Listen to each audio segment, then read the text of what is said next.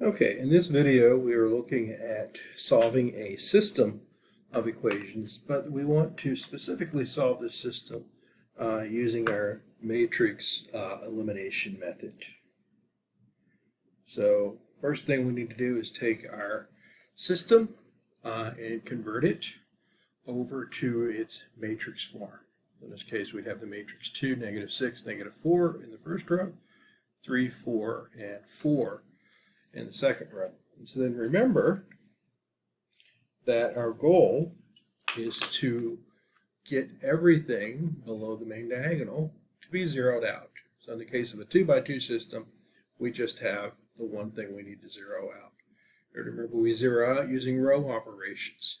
Well, what we need to do with the rows, the two rows in this case, to combine them together so that that term, which actually corresponds to the x variable, would eliminate for the problem. And of course the idea here is we need to do, one way to do it is to take -3 times the first row, so -3 times 2 would be -6, plus twice the second row. 2 times 3 is 6. And then that's going to replace row 2. So that would be -6 plus 6, it would zero out. And of course we carry that process out for each of the columns in the two rows. And so we begin to do that. So we first can just recopy row 1, because row 1 is not going to change in the answer. Row 2 is. And then we do our arithmetic. And this is usually where you can just do it on a calculator or compute this in your head. -3 times 2 is -6, plus 3 times 2 is 6. Of course, just like we want it, that term zeroes out.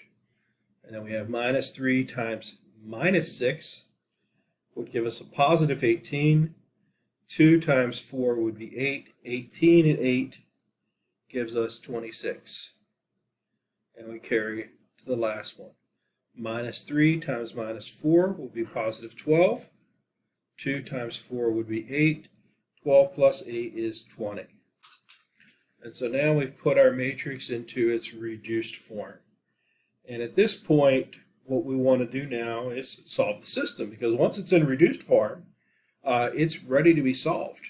Whether it's a system that has a single solution, which is what this one's going to end up being, or whether it's a dependent system that has infinite solutions, or if it ends up being inconsistent, once we have it in reduced form, we'll be able to recognize what we're dealing with.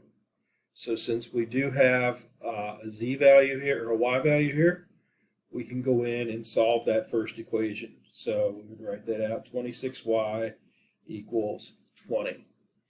And so to solve for y, we would divide both sides by 26, and then simplify. And then unfortunately, we got a fraction.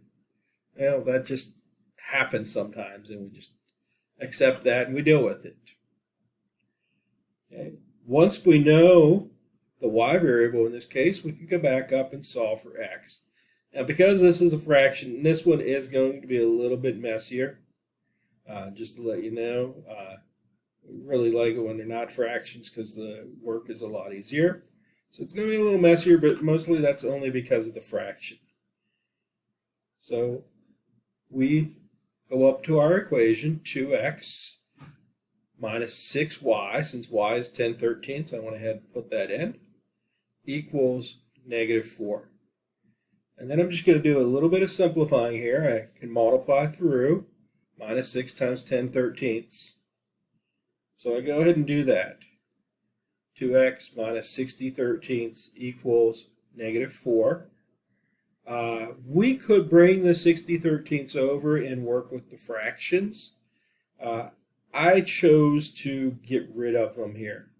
So I'm multiplying the whole equation by 13 to make the fractions go away. And then we go ahead and we start to simplify. 13 times 2x will be 26x.